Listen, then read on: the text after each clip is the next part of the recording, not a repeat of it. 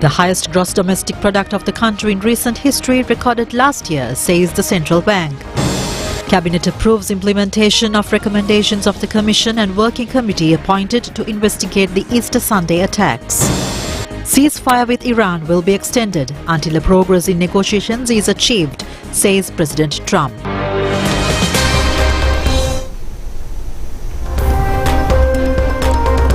President Kumara Dissanayake has instructed officials to ensure that the government-approved compensation of 500,000 rupees for houses partially damaged by Cyclone Ditwa to be paid to all beneficiaries before the end of May, except in exceptional circumstances. The President instructed officials during a progress review meeting held today at the Presidential Secretariat, which focused on compensation payments and the provision of new housing for residents whose homes were partially or fully damaged by Cyclone Ditwa. Special attention was paid to the progress in providing the compensation amount of 5 million rupees for the purpose of providing a new house or to purchase a house for the residents of completely damaged houses. Extensive discussions were also held on relocating those still living in camps to temporary housing until permanent homes are provided. The President instructed officials to identify suitable locations and to take the necessary steps to complete this process at the earliest. Attention was also given to relocate families residing in high-risk areas to safer locations. In addition, focus was placed on plans to construct housing complexes for residents who have not opted to receive compensation to purchase or build a new house. Minister Dr. Susil Ranasinghe, Secretary to the Ministry of Finance, Planning and Economic Development, and several state officials were present on the occasion. Second stage of granting compensation for the houses damaged by the Cyclone Ditwa in the Kaduvela Divisional Secretariat area commenced today under the patronage of Deputy Minister of Mass Media Dr. Kaushalya Aryaratna. Under this program, a sum of 500,000 rupees will be paid in several stages for the partially damaged houses in the Kaduvela Divisional Secretariat area. Granting compensation was held today at the Kaduvela Divisional Secretariat. Chairman of the Kaduvela Divisional Coordination Committee, Parliamentarian Asitha Niroshana, and many others were presented at this occasion. Paying compensation and providing lands for the persons who lost their houses in the Nuwara district by the Cyclone Ditwa commenced yesterday. Accordingly, 58 identified recipients of the Hanguranketha Divisional Secretariat area were paid a sum of 2 million rupees each, and a block of land approved by the National Building Research Organisation, a housing plan and title deeds were distributed among them. A sum of over 150 million rupees was paid under the patronage of Divisional Secretary of Hanguranketha, Mihiran Bandara. Cheques worth 500,000 each to families in Bandaravilla Divisional Secretariat who were affected by Cyclone Ditwa were provided to repair their damaged houses. Deputy Minister Ruwan Ranasinghe and Divisional Secretary of Bandaravilla Irosh Tarangaratnayake symbolically presented cheques to 15 affected families. Paying compensation for the partially damaged houses in the Uwa Paranagama electorate was held at the Uwa Paranagama Divisional Secretariat. 10,000 families of the area were provided with 300,000 rupees each. Parliamentarian Ravindra Bandara and several others were present at this occasion. Internationally renowned Walk for Peace, the Peace March, commenced from Dambulla today. It will be held until the 28th of this month under state patronage. The Peace March started today in the morning from Dambulla Rajama Vihare after a religious function. It was due to end at Alu Vihare Matale for today. Mahasangha, led by Venerable Panyakara Thera, are engaged in a peace march carrying a bow sapling from Jayasri Mahabodhi, Anuradhapura. Mahasangha Minister Dr. Nalinda Jayatissa, Deputy Minister Gamakidra Dissanayake, including a group of others, joined the occasion.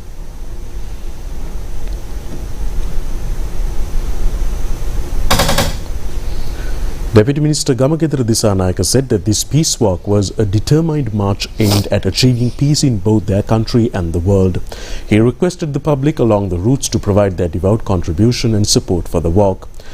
The Deputy Minister further extended a respectful invitation to the devotees and those wishing blessings for this cause to join from the roadsides in a manner that would not cause any hindrance to the venerable monks.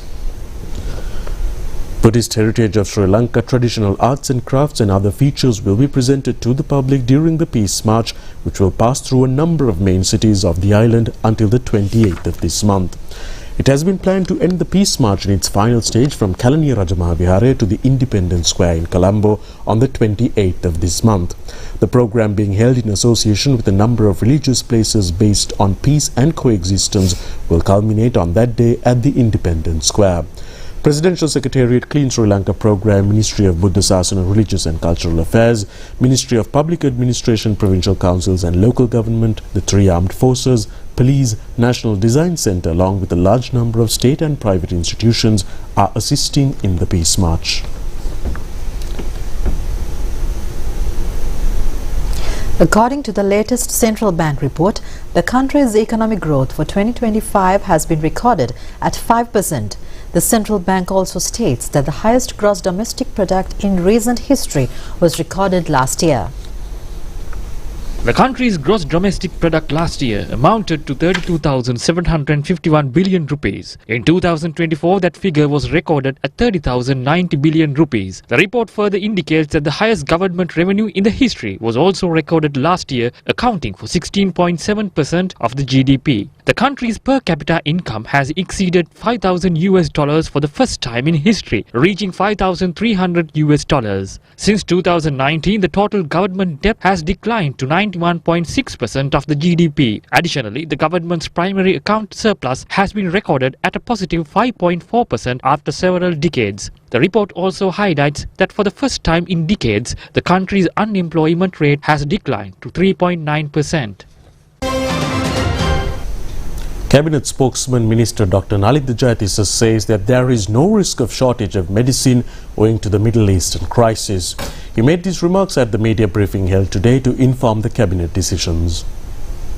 The Minister of Health, Dr. Nalintha Jayatissa, stated that following the outbreak of the war on the 27th of February, discussions had been held with importers regarding the difficulties they were facing.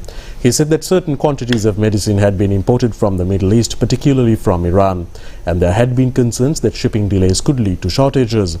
However, he explained that under the current circumstances, there was no risk of a significant medicine shortage, as importers had already brought in sufficient stocks and additional stocks were also available.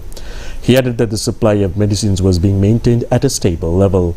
He further stated that payment delays on the part of importers had been resolved by the Ministry of Finance and that the registration process had been expedited. He also noted that the State Pharmaceuticals Corporation tender process had been formalized and that medicines were currently being received, although it would take a few more months for the process to be fully completed. He emphasized that the government was allocating funds to ensure a continuous supply of high-quality medicines and to address any issues affecting that supply. Views were also expressed regarding the commission appointed on coal. Minister Dr. Nalintha Jayatissa further stated in relation to the Coal Commission that although some opposition members of Parliament who had previously spoken on the matter were now suggesting that there was no need to revisit old issues, it was still necessary to investigate irregularities and corruption related to the 462 coal shipments brought in since 2009 and to take legal action against those responsible. He said that this was essential in the interest of the country and its people. He added that it was important to identify where the process had gone wrong, where corruption had become systematic, and what had occurred despite proper procurement and quality testing procedures. He noted that several audit reports, COPE committee reports, and parliamentary submissions by relevant ministers regarding past errors were available. He further stated that special committees had been appointed and there was a large body of information spanning 15 to 16 years. He said that any citizen, journalist or lawyer could examine this information and submit relevant facts to the Commission, and that even in the case of the current government, if credible information was presented regarding any individual, investigations could be conducted accordingly.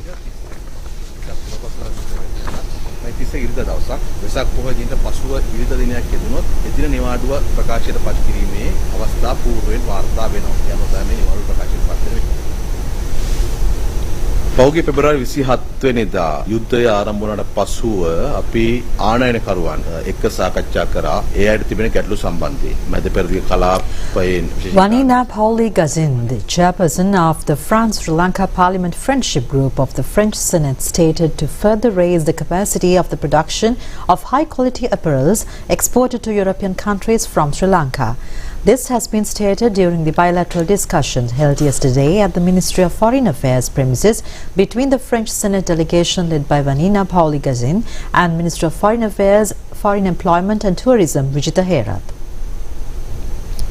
During the discussion, attention was paid towards Sri Lanka applying to obtain GSP Plus concession for the future, and the delegation affirmed that France is awaiting with a positive hope in this regard.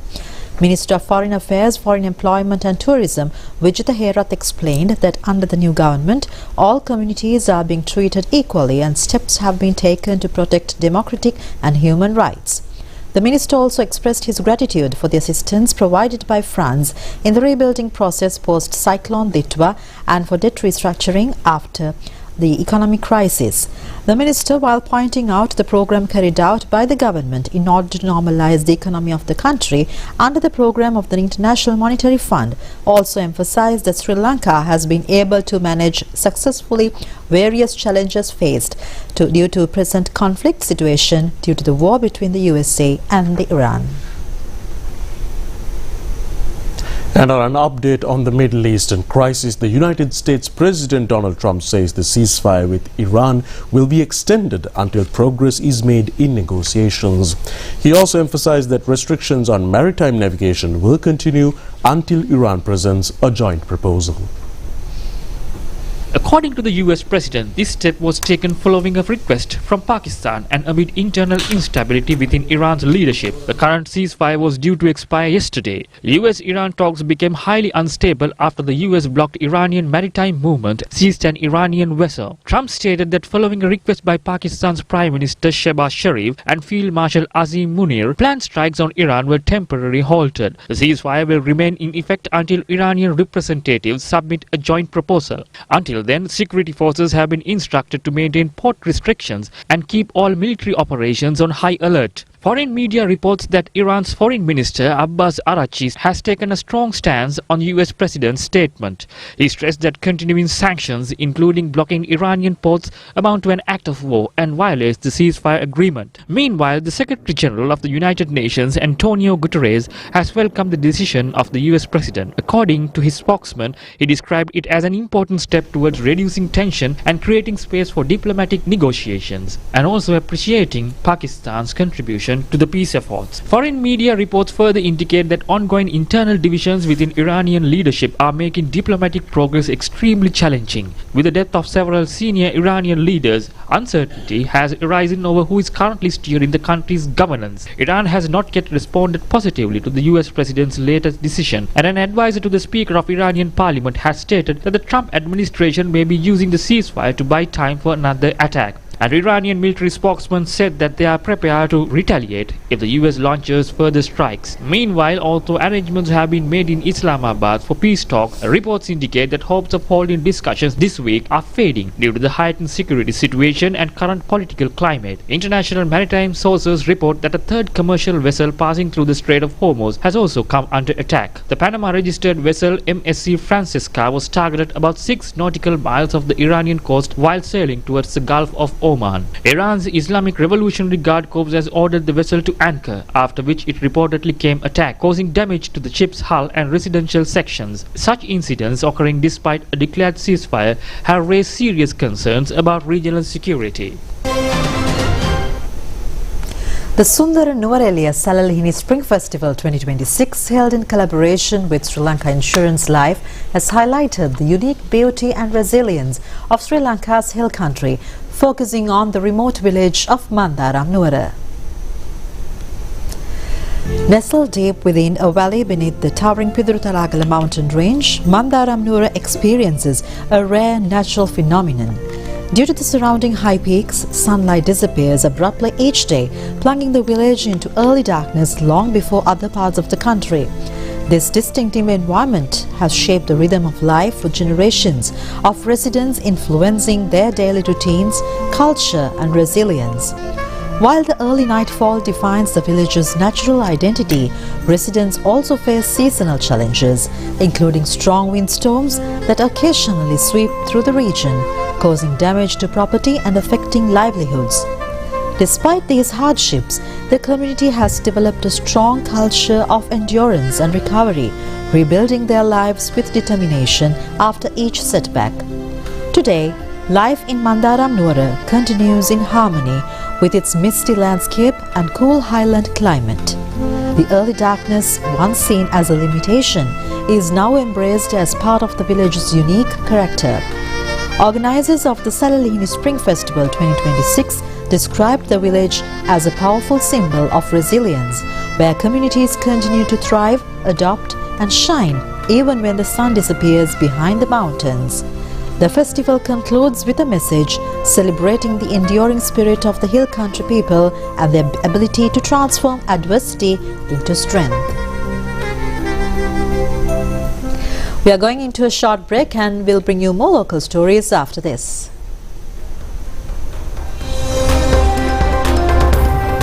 Hot and spicy Auru fun.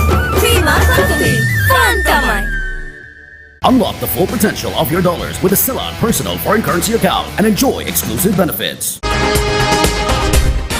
Live from the National News Studio, Sri Lanka.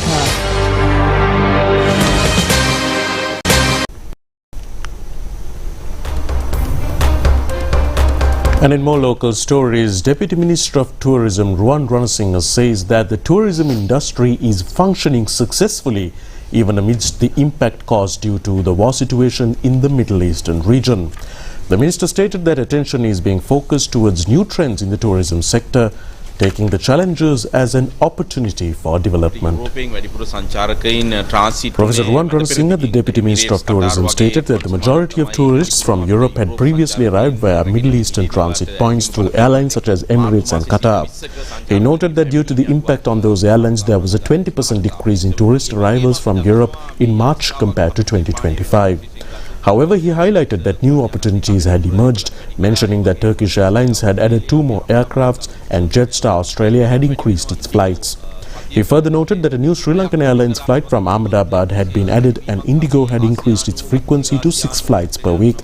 As a result, he observed growth in markets across Asia, Southeast Asia, Australia and New Zealand. Approval has been granted by the Cabinet of Ministers to implement the recommendations of the Presidential Commission of Inquiry appointed to investigate the Easter Sunday attacks, as well as those of the Sectoral Oversight Committee on National Security at the time. This approval was granted in line with a proposal presented by President Andrakumara Dissanayake in his capacity as Minister of Defence. The Presidential Commission of Inquiry appointed to propose measures to prevent such incidents, along with the Sectorial Oversight Committee on National Security, had previously submitted recommendations. Cabinet approval for implementing these recommendations has been granted at a Cabinet meeting held in 2021. However, a systematic, formal and sustainable mechanism to practically implement and monitor these recommendations had not yet been established. Therefore, it is expected to establish a comprehensive and structured mechanism to effectively implement these recommendations.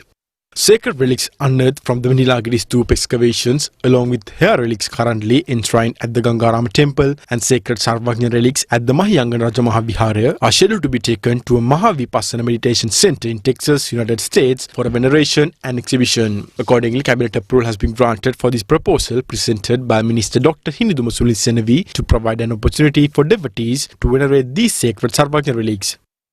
Cabinet approval has been granted for a proposal presented by Minister Dr. H.M. Susil Ranasinghe to appoint an expert committee to obtain recommendations for resolving issues that have arisen in relation to housing projects initiated by the National Housing Development Authority in 2015 and 2019. It has been proposed to establish activity-based learning centers for commerce education at a regional level. Accordingly, under an estimated allocation of 289 million rupees, 100 learning centers are to be established across all 25 districts from this year until 2028 to enhance commerce education. This proposal has been presented by Prime Minister Dr. Harini Amarasuriya as the Minister of Education. It is proposed to award a consultancy services contract valued at 356.22 million rupees to MS Resources Development Consultants Private Limited for conducting a feasibility study and preparing detailed designs to extend the Kalani Valley Railway line beyond Avisavella up to Ratnapura. Accordingly, Cabinet approval has been granted for a proposal presented by Minister Bimal Ratnayake to proceed with the relevant procurement in line with those recommendations. The Cabinet has given approval to establish short-term treatment and rehabilitation centres and to recruit staff for them under the Country United Anti-Narcotics Programme. It is a proposal presented by Minister Ananda Vijayapala. Accordingly, 6 short-term treatment and rehabilitation centres are to be set up. The World Earth Day celebrations falls today. Protect the world using human force is the theme of this year. The World Earth Day falls on 22nd of April each year. It is an event to recall the positive relationship between the nature and mankind while enlightening the world community regarding the serious environmental crisis. US Member of the Senate Gaylord Nelson is the pioneer in naming this day. The World Earth Day was commemorated in the USA for the first time on the 22nd of April in 1970. It is mentioned that about 20 million US citizens had participated in this event. United Nations General Assembly officially declared this day as the International Mother Earth Day in 2009. About 193 countries have joined to commemorate this day at present. In line with this year's Earth Day, mankind has faced numerous environmental issues such as climate change, loss of biodiversity and environmental systems, damages caused by the accumulation of industrial waste and many other complex environmental problems. The Earth Day commemoration programs have been organized focusing attention on conserving the environment in a joint axis facing the global problems and transformation of power and energy. Accordingly, an innovative dialogue with an aesthetic axis had been organized at the Sobhadam PSA in Battaramulla. Special attention was focused on the value of protecting the earth, environment and culture in this program. The Colombo Stock Exchange ended today's trading positively. The all-share price index closed at 22,639.81 after rising by 14.33 points, which represents a 0.06% change. The PSL 20 index closed at 6,213.84, down by 8.62 points and 0.14%. Total market capitalization at the close of trading stood at 8.169 trillion rupees. Market turnover for the day amounted to 5.75 billion rupees with 155.5 million shares traded.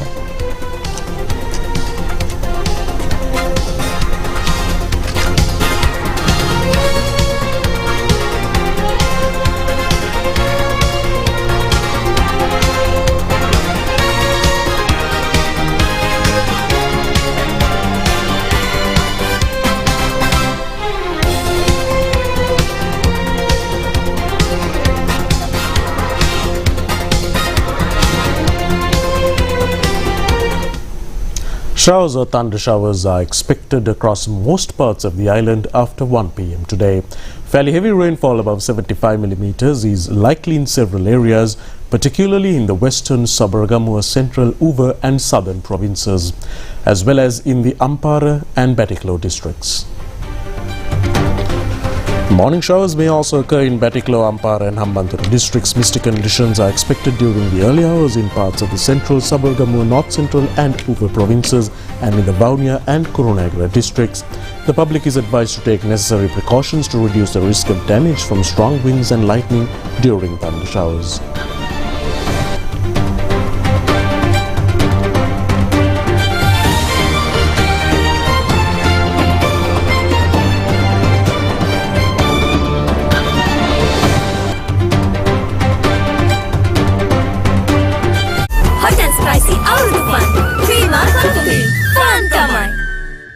Unlock the full potential of your dollars with a Ceylon personal foreign currency account and enjoy exclusive benefits.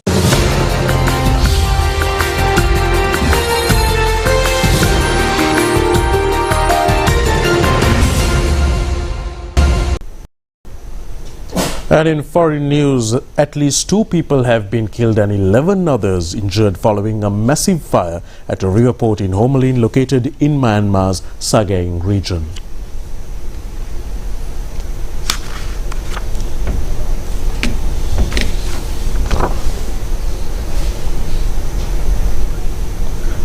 The blaze broke out on Monday evening after oil tankers caught fire, rapidly spreading across the port area. According to reports, the intense inferno engulfed around 20 vehicles and destroyed much of the port's infrastructure. Footage captured on Tuesday shows flames still raging, with local fire authorities struggling to contain the fire due to its severity. Officials warn the death toll could rise as rescue teams have not yet been able to fully access the affected area. This incident follows a similar tragedy in late March when a fire involving fuel boats at another port in Honolulu claimed 6 lives. Authorities have launched investigations into the cause of the fire.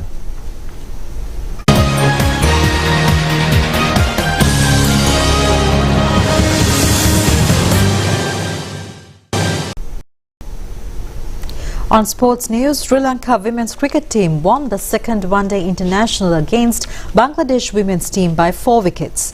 The match was played at Rajshahi, Bangladesh. Bangladesh women's batting first scored 165 runs all out in 45.5 overs. Captain Nigar Sultana top scored with 58 runs. In bowling, Chamari Atapattu claimed 3 wickets, while Malaki Madara, Nimasha Mipage and Inoka Ranavira shared 2 wickets each among them.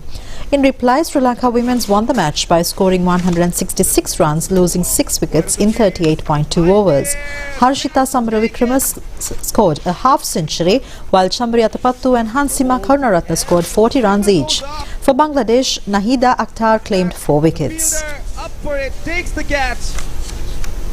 And with that, we wrap up tonight's news bulletin. Do join us tomorrow for more of the very latest. Until then, good night. Good night.